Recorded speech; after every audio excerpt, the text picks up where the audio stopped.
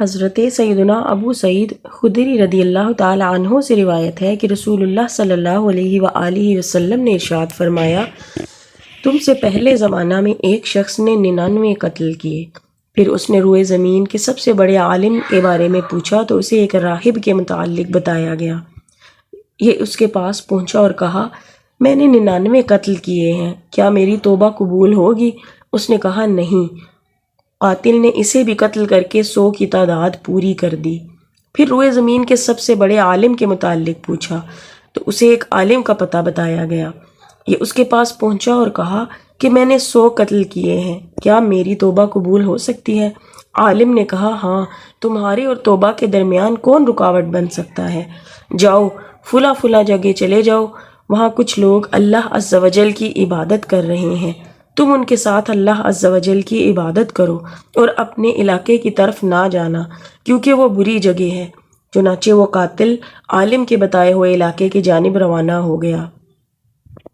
جب وہ آدھے رستے پر پہنچا تو اسے موت نے آ لیا اور اس کے متعلق رحمت اور عذاب کے فرشتوں میں اختلاف ہو گیا۔ رحمت کے فرشتوں نے کہا، یہ شخص توبہ کرتا ہوا دل سے اللہ عز و جل کی طرف متوجہ ہوتا ہوا آیا تھا، اور عذاب کے فرشتوں نے کہا، اس نے کوئی نیک عمل نہیں کیا۔ پھر ان کے پاس ایک فرشتہ آدمی کی صورت میں آیا، انہوں نے اس کو اپنے درمیان فیصلہ کرنے والا بنا لیا تو اس نے کہا، دونوں زمینوں کی پیمائش کرو۔ یہ شخص یعنی قاتل جس زمین کے زیادہ قریب ہو اسی کے مطابق اس کا فیصلہ ہوگا۔